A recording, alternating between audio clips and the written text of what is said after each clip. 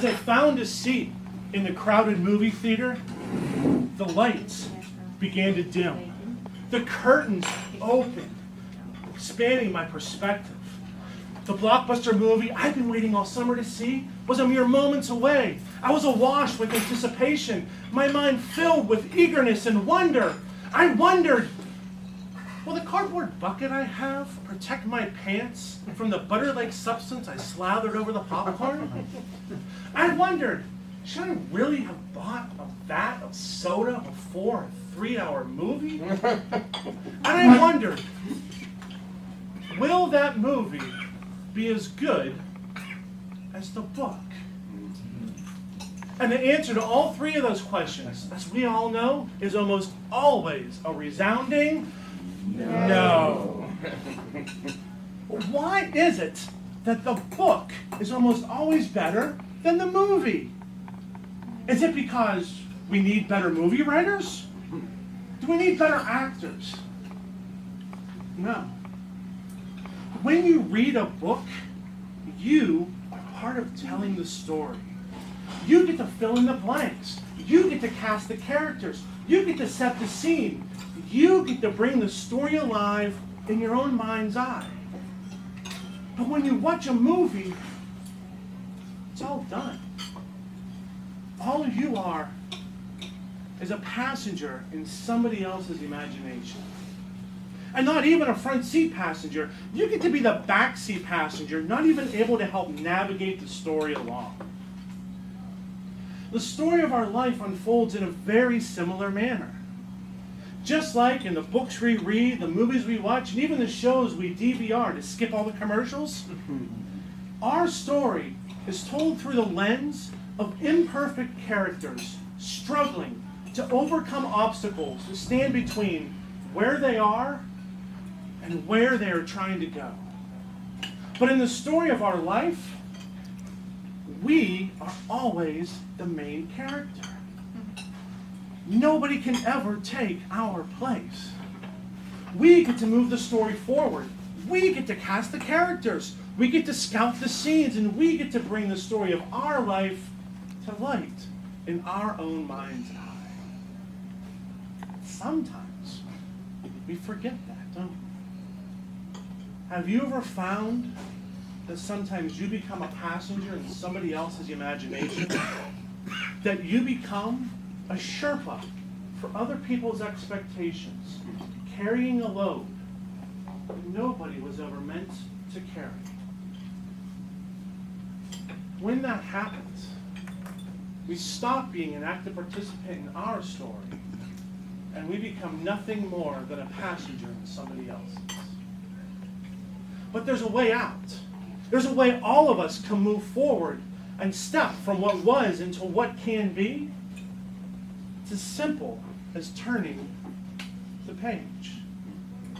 For in every story that we get to write, we have the opportunity to end a painful chapter, to start a new one, and to turn the page into who we are supposed to become. To understand my story, we have to go back in time. Back to a time before the internet.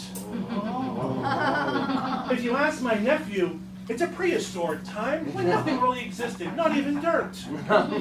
But yet I found myself there, trudging my way through high school. And one question was never far from my mind. What am I going to do with my life? Perhaps some of you still struggle with that same question today. I remember the Christmas of my senior year. I gathered my divorced parents together and called them to a dinner. I was so proud. I stood up and said, Mom, Dad, I figured out what I'm going to do with my life. I'm going to go to college, and I'm going to become a teacher.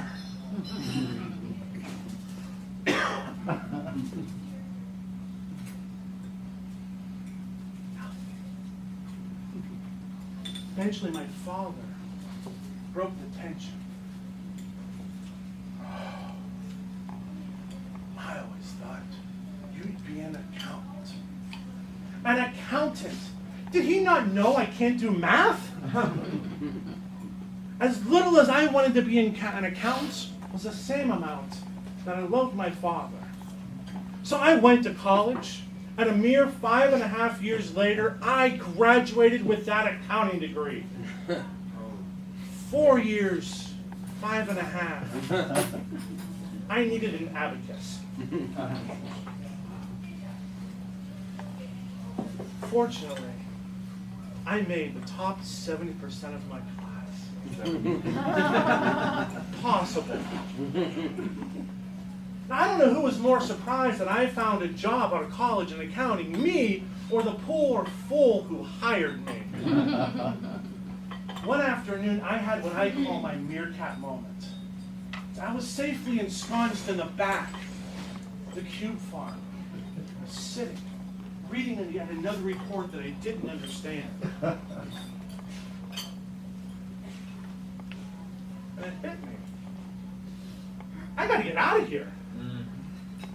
All of a sudden, this rush of emotion came over me, of dread. I stood up, and I peered over the top of the cubes. Nothing. Nobody in sight. This is it. This is the time I can actually break out into my life and become the person I'm supposed to be. I can't do this for one more second. I stood up again and looked. Not a predator or a boss in sight. I sat down. I grabbed my jacket, packed my lunch, jumped up, and ran out the door and into the rest of my life. In that moment was bliss. For the first time, I was turning the page in my story. And when I did, I realized that I had just given myself the greatest gift anyone could ever give. The gift of time. And if you want to hear how the story ends up, you need to come out to Swift Orlando tonight, downtown Orlando Library, 6 p.m. and hear the next 14 minutes.